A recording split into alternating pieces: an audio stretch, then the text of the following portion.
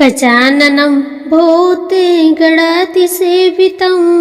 कपित्थजम्बूफलचारुभक्षणम् उमासुतं शोके विनाशकारकं नमामि विघ्नेश्वर पादपंकजम्। ओम गं गणपतये नमः। आप सभी को विनायक चतुर्थी व्रत की हार्दिक शुभकामनाएं। आज की इस वीडियो में आप सभी सुनिए विनायक चतुर्थी व्रत की बड़ी ही दुर्लभ कथा। तो कथा को पूरा अवश्य सुनिएगा। जय श्री गणेशाय नमः। प्राचीन काल में युवा नाशव नामक एक राजा थे। वे धर्मात्मा, उद्धारदाता, देवताओं एवं ब्राह्मणों का पूजक था। उस राजा के राज्य में विष्णु शर्मा नामक एक तपस्वी ब्राह्मण रहा करते थे। वे वेदांत एवं शास्त्रों के ज्ञाता थे। उनके 7 पुत्र थे जो सभी धन धान्य से संपन्न थे, परंतु पारस्परिक कलह के कारण सब अलग अलग होकर रहने लगे। विष्णु शर्मा प्रत्येक पुत्र के घर में क्रमशः एक एक दिन भोजन किया करते थे।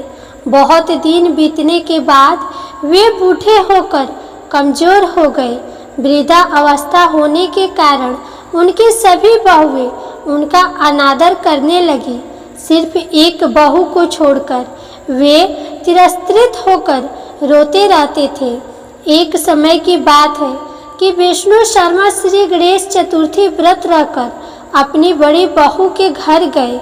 उस ब्राह्मण ने कहा, हे बहू रानी, आज श्री गणेश का व्रत है, तुम पूजन की सामग्री जुटा दो। गणेश जी प्रसन्न होकर तुम्हें प्रचुर धन देंगे। अपने ससुर की बात सुनकर कर्कश स्वर में बोली, हे पिताजी, मुझे घर के कामों से कहीं फुर्सत नहीं मिलती, फिर उन झमेलों में पड़ने का कहाँ समय है। ससुर जी, आप हमेशा ही कोई न कोई नाटक रचते रहते हैं और आज गणेश जी का बहाना लेकर आप पहुँचे। मैं गणेश व्रत नहीं जानती हूँ और ना ही गणेश जी को ही, आप यहाँ से चले जाइए। इस प्रकार बड़ी बहू की झिझक सुनकर वे 5 बहुओं के पास बारी बारी से गए, परंतु सभी ने वैसे ही बात कही। सभी जगहों से अपमानित होकर वह कृषकाय ब्राह्मण बहुत ही दुखी हुआ। इसके बाद वह छोटी बहू के घर जाकर बैठ गया। बाकी के 6 बेटे तो धनवान थे, लेकिन छोटी बहू बहुत ही निर्धन थी। वह ब्राह्मण संकोच में पड़कर कहने लगा, अरे बहू रानी, अब मैं कहाँ जाऊँ। 6 बहुओं ने फटकार दिया, तुम्हारे यहाँ तो व्रत सामग्री एकत्रित करने का कोई साधन नहीं दिखाई दे रहा। मैं स्वयं बहुत ही वृद्ध हूँ। हे कल्याणी बहू, मैं बार बार सोचता हूँ कि इस व्रत में सिद्धि मिलेगी, सभी कष्ट का अंत होगा। अपने ससुर की बात सुनकर छोटी बहू कहने लगी। बहू ने कहा, हे पिताजी, आप इतने दुखी क्यों हो रहे हैं? आप अपनी इच्छा के अनुसार व्रत कीजिए। मैं भी आपके साथ संकटनाशक व्रत को करूंगी, इससे हमारे दुखों का निवारण होगा। इतना कहकर छोटी बहू घर के बाहर जाकर भिक्षा मांगकर ले आई और अपने ससुर के लिए अलग अलग लड्डू बनाए। चंदन, फूल, फल, दीप, अक्षत, नैवेद्य और तालु उसने सब अलग अलग करके ससुर के साथ पूजन किया। पूजन के बाद उसने ससुर को सम्मान पूर्वक भोजन कराया और भोजन के अभाव में स्वयं भी न खाकर निराहार रही। गणेश जी बोले, हे देवी, अर्धरात्रि के बाद उसके ससुर विष्णु शर्मा को उल्टी और दस्त होने लगी। छोटी बहू ने मलमूत्र से खराब हुए कपड़े को साफ करके अपने ससुर के शरीर को धोया और पोंछा। वह पूरी रात बिना कुछ खाए पिए जागती रही। व्रत के दौरान रात्रि में चंद्रोदय पर स्नान कर फिर से श्री गणेश जी का पूजन किया। विपरीत परिस्थिति में भी अपना धैर्य नहीं खोया। पूजा और ससुर की सेवा दोनों श्रद्धा भाव से करती रही। वह छोटी बहू शोक करने लगी कि मुझ अभागिन के कारण आपकी ऐसी दशा क्यों हुई। हे पिताजी, रात को अब मैं कहाँ जाऊँ? मुझे आप कोई उपाय बताएं। रात भर विलाप करने के कारण अनजाने में ही उसका जागरण भी हो गया और फिर सुबह होते ही छोटी बहू देखती है कि उसके घर में हीरा मोती और मड़ियों का ढेर पड़ा है, जिससे उसका घर प्रकाशित हो रहा है। अब उसके ससुर का दस्त और उल्टी भी बंद हो चुका था। आश्चर्य में पड़कर वह अपने ससुर से पूछने लगी, यह क्या बात है? यह संपत्ति किसकी है और इतना सारा धन मेरे घर कहाँ से आ गए? हे पिताजी, क्या कोई हम लोगों को चोरी में फंसाने के उद्देश्य से तो घर में नहीं डाल गया? बहू की बात सुनकर ब्राह्मण कहने लगा, हे कल्याणी, यह सब तुम्हारी श्रद्धा का फल है। तुम्हारे भक्ति से गणेश जी तुम पर प्रसन्न हो गए हैं। इस व्रत के प्रभाव से ही गणेश जी ने तुम्हें इतनी संपत्ति दे दी है। बहू कहने लगी, हे पिताजी, आप धन्य हैं। आपकी कृपा से श्री गणेश जी प्रसन्न हुए हैं। मेरी दरिद्रता दूर हुई, घर में अतुल्य संपत्ति। इस प्रकार वह ससुर से बार बार कहने लगी।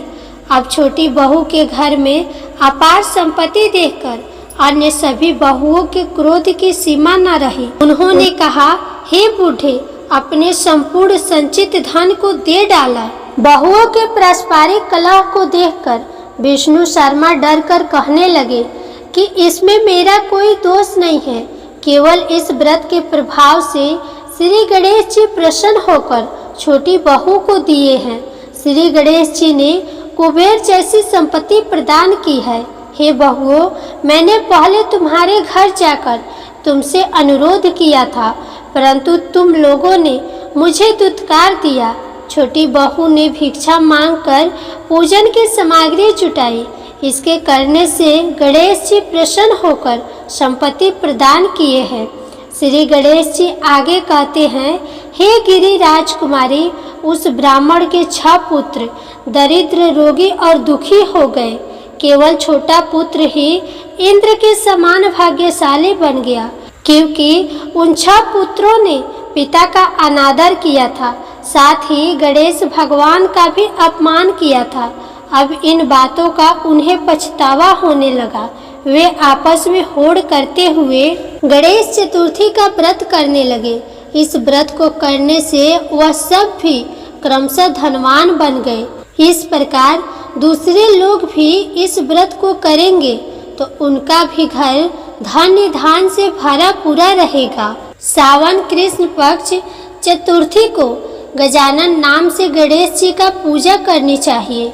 पूजा का विधान इस प्रकार से बताया गया है। इस दिन खीर में कनेर के फूल मिलाकर गुलाब बास की लकड़ी से हवन करना चाहिए। विद्वानों का मत है कि आहार में घी और चीनी ले।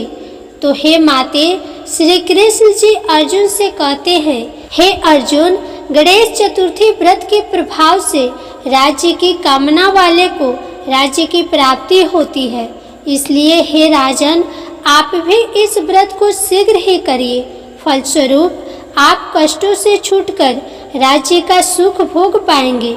श्री कृष्ण जी के मुख से इस कथा को सुनकर अर्जुन तथा युधिष्ठिर सहित सभी 5 भाई बहुत प्रसन्न हुए और व्रत करके श्री गणेश जी की कृपा से अखंड राज्य के अधिकारी हुए। तो एक बार प्रेम से बोलिए श्री गणेश भगवान की जय। जय हो गणेश भगवान। जैसे आपने उस छोटी बहू को दिया, वैसे ही अपने सभी भक्तों को देना। कथा कहानी कहने वाले, सुनने वाले तथा हुनकारा भरने वाले सभी भक्तों को देना। जय गणेश भगवान। प्रिय भक्तगणों, इस कथा को पूर्ण करने हेतु अब आप आगे सुनिए अंधी बुढ़िया माई और गणेश जी की कथा। इस कथा के अनुसार बहुत समय पहले की बात है। किसी गांव में एक बुढ़िया माई रहती थी जो भगवान श्री गणेश की अनन्य भक्त थी। उनका रोजाना का नियम था कि श्री गणेश जी की पूजा करती थी और उसके बाद ही भोजन ग्रहण किया करती थी। उनके पति को गुजरे हुए 2-3 वर्ष हो गए थे। उनका एक बेटा था तथा उनकी बहू भी आ चुकी थी। बुढ़िया माई के बेटे को एक बहुत ही बुरी लत थी। वह बहुत ज्यादा जुआ खेला करता था।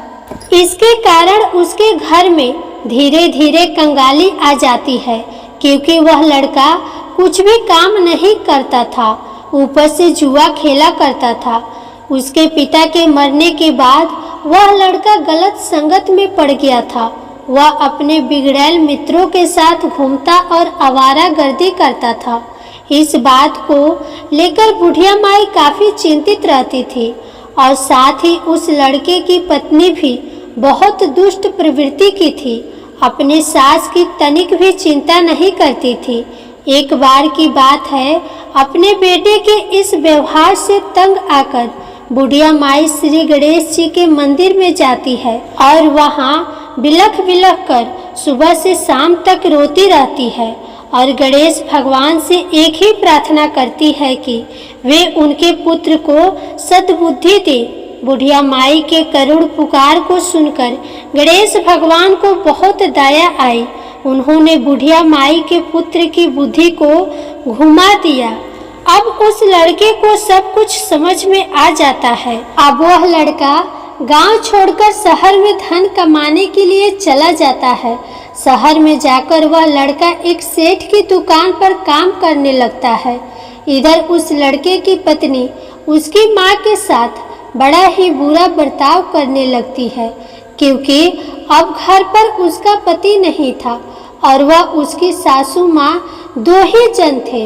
एक दिन की बात है, बुढ़िया माई ने अपनी बहू से कहा, हे बहू, मुझे 3 कोना पराठा खाने का मन है, जरा बना तो देना। अब अपनी सास की फरमाइश को सुनकर बहू को बहुत गुस्सा आया। उसने एक बिल्ली को मारकर उसे पकाकर अपने सास के सामने रख दिया। बुढ़िया माई को रात को दिखाई नहीं देता था। अब रात के समय जब बुढ़िया माई भोजन करने बैठी, तब उन्होंने जब भोजन को हाथ लगाया कि पकवान की 1 पूंछ, 4 पैर और 2 कान है। बुढ़िया माई जानती थी कि वह बहुत ही कमजोर है, उन्हें रात में दिखाई नहीं देता। अगर बहू से उन्होंने प्रतिरोध किया तो बहू उन्हें मार डालेगी। इस डर से बुढ़िया माई ने उस मरी हुई बिल्ली को अपने चरपाई के नीचे छुपा दिया और अपने बेटे के आने का इंतजार करने लगी और गणेश भगवान का ध्यान भी करती रही। भगवान श्री गणेश की कृपा से एक दिन बाद ही बुढ़िया माई का बेटा अपनी माँ से मिलने के लिए घर चला आता है। लड़का जब अपने घर आता है तो देखता है कि उसकी पत्नी खाना बना रही थी। अचानक अपने पति को आया देखकर वह घबरा गई और कहने लगी, आपने हमें बताया नहीं कि आप घर आ रहे हैं। फिर वह कहता है कि जल्दी में मैं खत लिखना भूल गया और मुझे माँ की बहुत याद आ रही थी, इसलिए मैं तुरंत ही उनसे मिलने के लिए छुट्टी लेकर चला आया हूँ। बेटे को जब घर में माँ नजर नहीं आई तो वह अपनी पत्नी से पूछता है, तो वह कहती है कि माँ अभी अभी गणेश जी की मंदिर में गई है, थोड़ी देर में लौटकर आ जाएंगे। इंतजार करते करते जब माँ लौटकर घर आती है, उस समय संध्या का समय हो चुका था और उस बुढ़िया माई को दिखना भी बंद हो गया था। अपनी माँ को देखते ही वह बेटा अपनी माँ के चरणों में गिर पड़ता है। तब बुढ़िया माई ने बहू की नज़र बचाते हुए उस बिल्ली के मरे हुए पकवान को अपने बेटे को दिखाते हुए कहा, बेटा जरा इसे देखना तो सही, क्या पराठे के 2 कान, 4 पैर, 1 पूंछ होते हैं? यही तुम्हारी पत्नी ने मुझे खाने को दिया था। मैंने उसे कहा कि मुझे पराठे बना के दो, तो उसने मुझे मरी हुई बिल्ली बनाकर दे दी, तो उसने मुझे मरी हुई बिल्ली बनाकर दे दिया। यह देखकर बेटा बहुत ही गुस्सा हुआ और अपनी पत्नी को बुलाकर उसे दिखाता है यह देखकर पत्नी भी बड़ी शर्मिंदा होती है। अपनी पत्नी के इस कुकृत कर्मों को देखकर बेटे ने उसे घर से बाहर निकाल दिया। अब इसी तरह एक दिन गणेश चतुर्थी का व्रत आया। बुढ़िया माई ने गणेश चतुर्थी का व्रत किया। बुढ़िया माई के निरंतर भक्ति से प्रसन्न होकर श्री गणेश ने उन्हें दर्शन दिया और कहा, हे बुढ़िया माई, तुझे क्या चाहिए? जो चाहिए वो मांग। बुढ़िया माई ने कहा, हे गणेश जी भगवान, मुझे आंखें दो और बहू को सद्बुद्धि दो और मेरे बेटे का भरा पूरा परिवार दो। भगवान श्री गणेश बुढ़िया माई के एक ही वचन में ऐसा सुनकर बड़ा ही प्रसन्न होते हैं और बुढ़िया माई को उनकी आंखें वापस कर देते हैं। अब बुढ़िया माई को दिन के साथ रात्रि में भी अच्छे से दिखाई देने लगा और बहू को भी सद्बुद्धि आ जाती है। बहू भी अपने पति से क्षमा याचना करती है। बेटा भी बुढ़िया माई के कहने पर बहू को क्षमा कर देता है। इस प्रकार से बुढ़िया माई के बहू बेटे सुखी पूर्वक जीवन व्यतीत करने लगते हैं और भगवान श्री गणेश की कृपा से उनके घर में अपार धन दौलत आ जाती है। कुछ महीनों पश्चात बुढ़िया माई दादी भी बन जाती है। हे गणेश भगवान, आपने जैसे बुढ़िया माई को सब कुछ दिया, उनके परिवार में सुख समृद्धि दी, धन वैभव दिया, वैसे ही आप अपने सभी भक्तों को देना। ओम नमः शिवाय। जय श्री गणेशाय नमः। प्रिय श्रोतागण, अब आप आगे सुनिए गणेश भगवान की सुख सौभाग्य देने वाली कथा। किसी नगर में एक बुढ़िया माई रहा करती थी। उनका एक बेटा था। बुढ़िया माई 12 मासी गणेश चौथ का व्रत किया करती थी। वह बुढ़िया माई हर चौथ के व्रत में शहर जाकर अपनी आर्थिक स्थिति के अनुसार बनिए की दुकान से थोड़ा सा घी, गुड़ और तिल घर लाती थी और 4 लड्डू बनाती थी। 4 लड्डुओं में से वह बुढ़िया माई एक लड्डू से पूजा करती थी, एक लड्डू हथकार के लिए निकालती थी, एक से वह चंद्रमा के दर्शन करके स्वयं खा लेती थी और एक अपने बेटे के लिए रख देती थी। एक बार की बात है, उनका बेटा अपनी ताई अर्थात अपनी बड़ी माँ से मिलने के लिए उनके घर पहुंचा तो उसने देखा कि उसकी बड़ी माँ ने चौथ का व्रत रखा हुआ था। उत्सुकता से लड़के ने पूछा कि ताई जी, मेरी माँ तो 12 चौथ का व्रत करती है। इस पर उसकी ताई ने बोला कि तेरी माँ तो तेरी कमाई खाने के लिए ये व्रत रखती है। लड़के ने सोचा कि ताई सच कह रही है, वह बुढ़िया लड्डू खाने के लिए व्रत रखती है। लड़के के दिमाग में नकारात्मक विचार घर कर गए। अब वह लड़का घर आता है तो उसने देखा कि उसकी माँ तो तिल का लड्डू बना रही है। तो उसने सोचा कि ताई जी तो सही कह रही थी, मेरी माँ तो लड्डू खाने के लिए ही व्रत रखती है, यह झूठ मूठ का व्रत रखती है।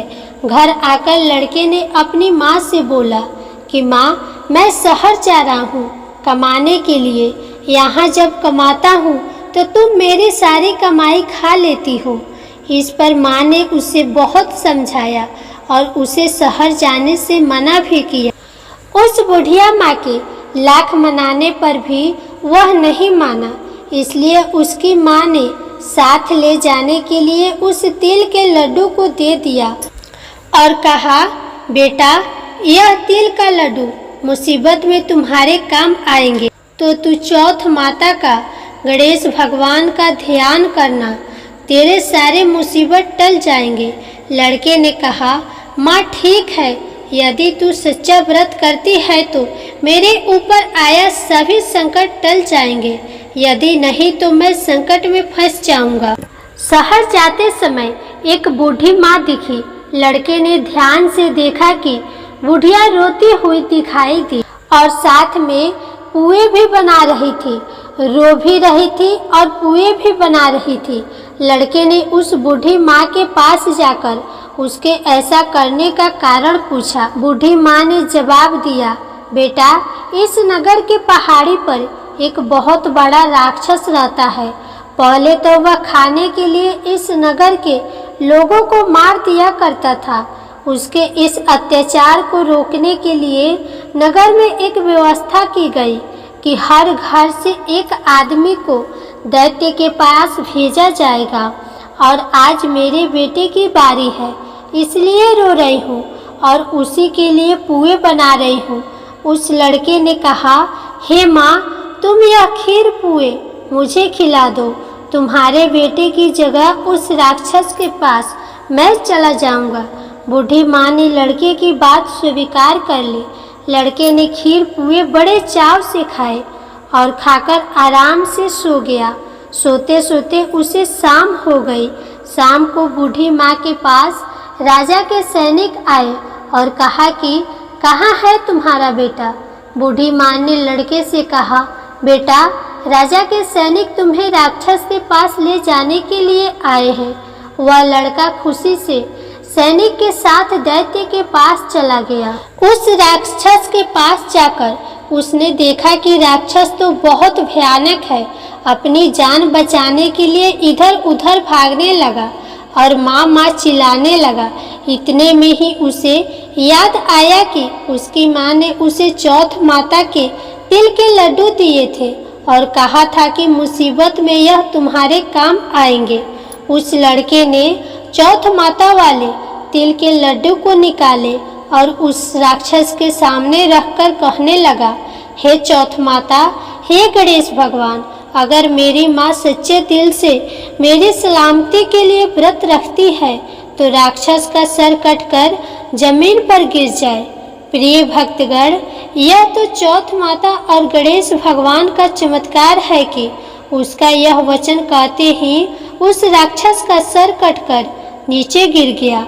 लड़का सही सलामत वापस आ गया। वापस आते देख उसे राजा ने अपने दरबार में बुलाया और बहुत से उपहार देकर उसे विदा किया। लड़का अपने रास्ते पर आगे बढ़ता चला गया।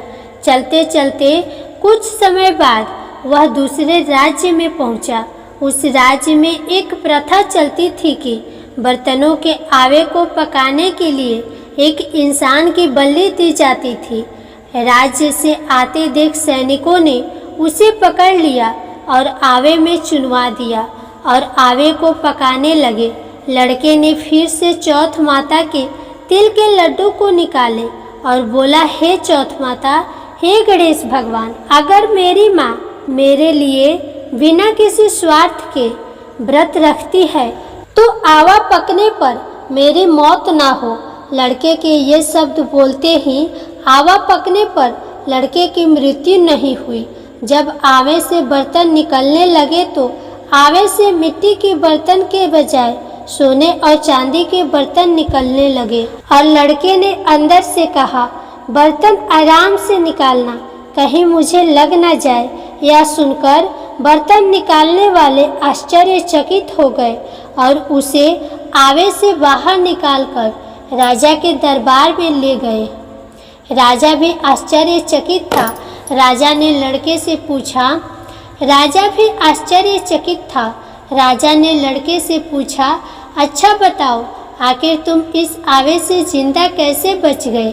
लड़के ने जवाब दिया कि मेरी माँ मेरे लिए चौथ के 12 महीने व्रत रखती है, इसलिए चौथ माता की कृपा से, गणेश भगवान के आशीर्वाद से मैं इस आवे से सही सलामत वापस निकल आया हूँ।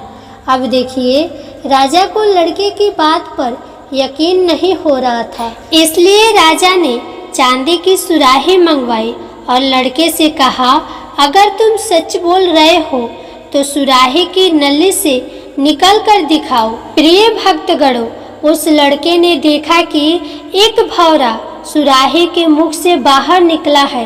लड़के ने चौथ माता का नाम लेकर आंखें बंद करके उस तिल के लड्डू को हाथ में लेकर के कहा, हे चौथ माता, हे गणेश भगवान, अगर मेरी माँ 12 महीने के व्रत रखती है, उसने सच्चे मन से गणेश चौथ तिल चौथ का व्रत किया है, तो मैं भौरा बनकर सुराही के मुंह से बाहर निकल आऊं। देखते ही देखते राजा की आंखों के सामने वो लड़का भंवरा बन गया और सुराही के मुख से बाहर निकल आया। राजा ने यह चमत्कार देखा और आश्चर्यचकित हो गया और राजा बहुत खुश हुआ। राजा इतना खुश हुआ कि राजा ने अपनी पुत्री की शादी उस लड़के से कर दी। पूरे नगर में राजा ने प्रचार करवा दिया कि नगर की सारी महिलाएं चौथ माता का व्रत करना आरंभ कर दे। कुछ समय बीत जाने के बाद लड़के को अपनी माँ की याद आई कि मेरी माँ तो बिना किसी स्वार्थ के मेरी सलामती के लिए व्रत रखती थी और मैंने किसी अन्य के कहने पर अपनी माँ को गलत समझ लिया। चौथ माता के आशीर्वाद से, गणेश भगवान की अनुकंपा से अभी तक सही सलामत हो। इस कारण लड़के ने राजा से अपने नगर जाने की इच्छा प्रकट की। राजा ने उसकी बातें मान ली और बहुत दान दहेज और हाथी घोड़े देकर विदा किया। लड़के के कई दिन की यात्रा के बाद वह अपने घर पहुंचा। जिस दिन वह घर पहुंचा उस दिन चौथ का दिन था। लड़का उसी बनिए की दुकान में गया जहां उसकी माँ हर चौथ को आती थी। लड़के ने सोचा कि माँ इस दुकान से तिल और गुड़ और घी लेने जरूर आएगी। जैसे लड़के ने सोचा था ठीक वैसा ही हुआ। हाथ में लाठी लिए हुए उसकी माँ रास्ते में आती हुई दिखाई दी। उसकी माँ की उम्र बहुत अधिक होने के कारण उन्हें दिखना कम हो गया था।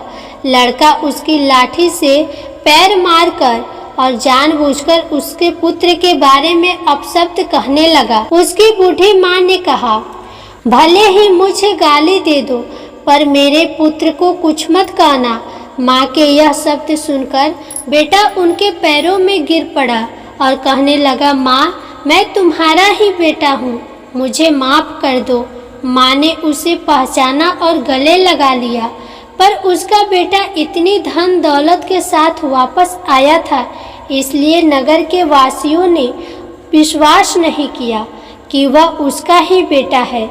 बुढ़िया ने चौथ माता को याद किया और मन ही मन चौथ माता गणेश भगवान से कहने लगी कि मैंने अगर सच्चे मन से तुम्हारा व्रत किया है तो मेरे स्तनों से दूध आ जाए और दूध की धार मेरे बेटे के मुख में गिरे।